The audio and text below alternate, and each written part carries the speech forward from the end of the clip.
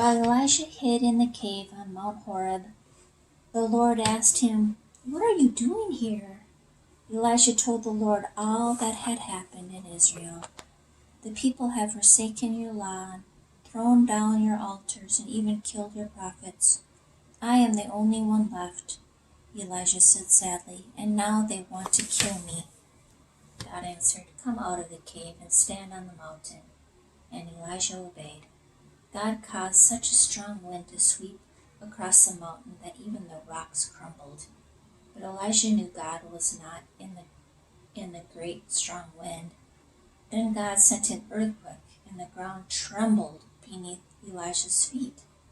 Still Elijah knew God was not in the earthquake. When the ground was steady again, fire broke out on the mountain and burned many trees. But Elijah knew God was not in the fire.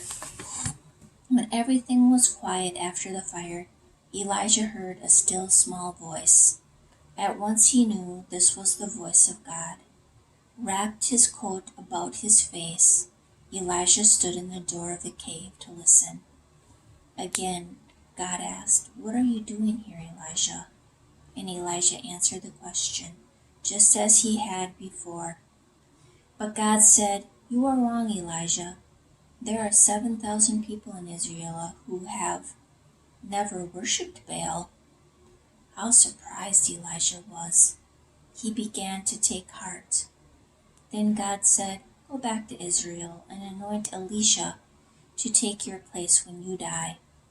Now Elijah was not afraid to go back to Israel. He did as the Lord commanded. He found young Elisha, plowing with oxen in his father's field.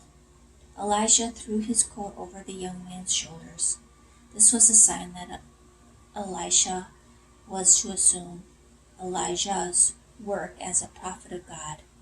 Elisha killed the oxen and gave a farewell feast for the people. After the feast, he went with Elijah.